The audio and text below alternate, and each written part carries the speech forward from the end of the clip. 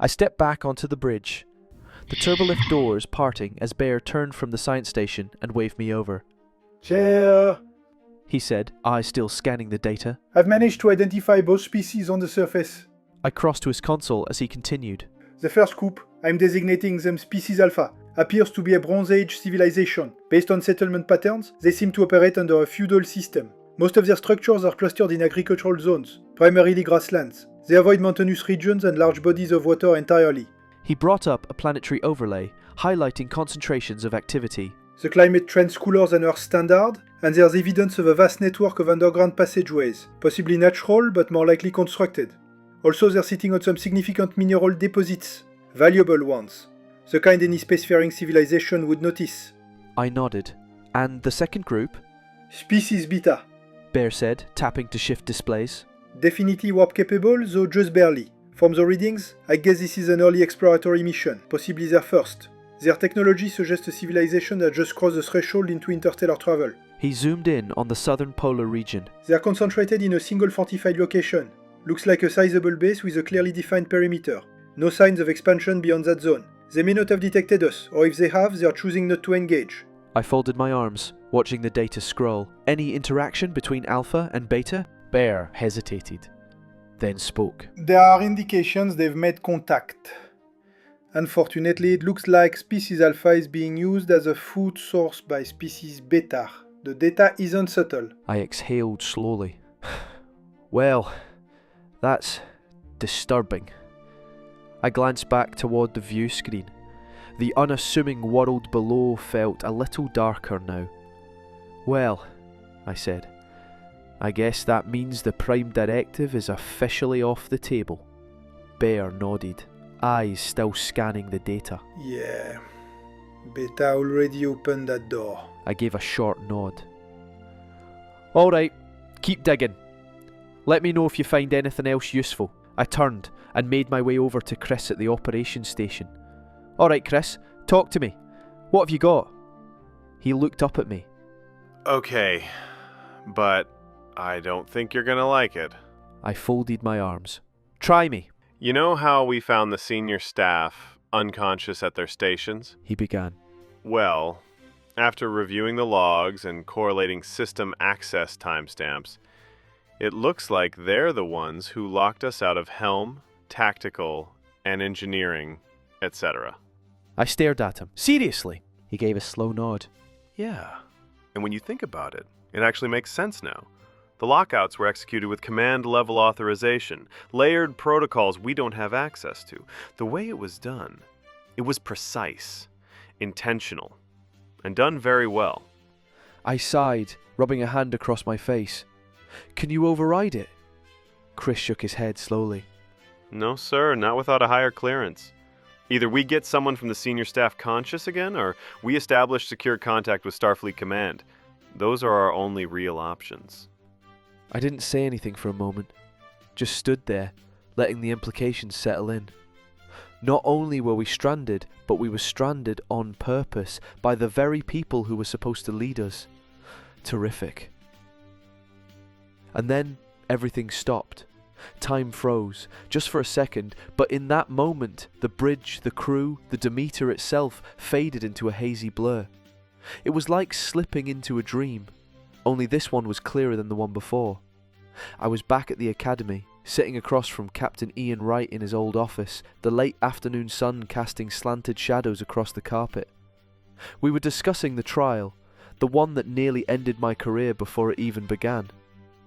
Captain, I said, younger, rawer, I should have turned over that evidence. It would have helped the defense, maybe even cleared him. Wright's expression was calm, but weighed down with experience. Yes, you should have, he said quietly. but Admiral Simpson gave you a direct order not to. You were caught between duty and conscience. You followed your orders. I can't blame you for that. It's what I would have done. His words echoed through me, not just in the memory, but now like they were reaching across time. And then I was back. The bridge snapped into focus like someone flipping a switch. Consoles hummed, lights flickered, and my crew was staring at me with wide eyes. That hadn't just happened. in my head. I looked around. Did anyone else just experience something? One by one they nodded. Well, I muttered, still trying to steady my breath. That's a twist I wasn't expecting. Just as I was still processing what had happened, an alert chimed on my console. Medical. I tapped the comm. Go ahead, Doc. Lieutenant, His voice came through, calm but weighted. did you just experience something? I hesitated. Yeah. Flashback.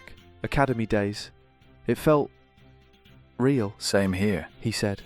Mine was vivid too, but that's not why I called. I stood a little straighter. All right, what do you have? There was a pause, then... I've got an update on the senior officers, and some news you're not going to like. Go ahead, First, he began. we've confirmed that something external is keeping the senior staff in their current state. I've been monitoring their neural activity. Every time the patterns shift, I'm also picking up a low-frequency neural signal coming from the planet, I would guess. Constant. Ongoing, the timing lines up perfectly. So whatever's happening to them, it's being sustained by something on the surface, I said. Exactly. He confirmed. I don't think we'll be able to wake them up unless that signal stops.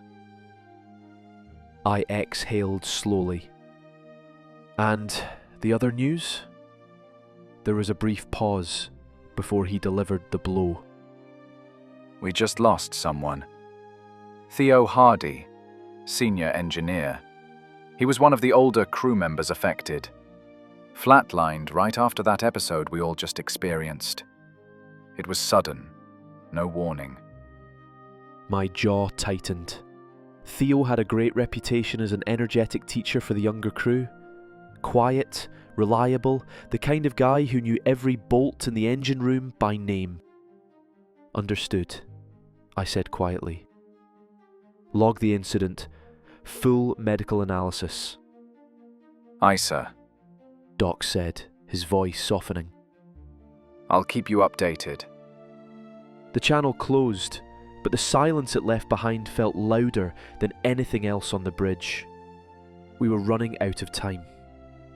I turned toward the communication station. Maddie, I said. Doc mentioned a signal, low frequency, continuous, originating from the planet possibly.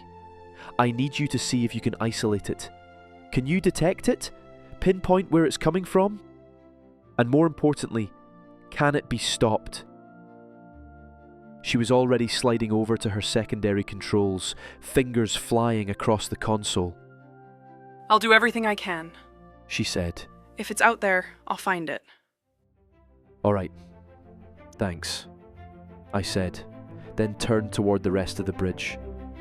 Atty, Lassus, Bear, meet me in the Situation Room in 5 minutes. We need to talk this through.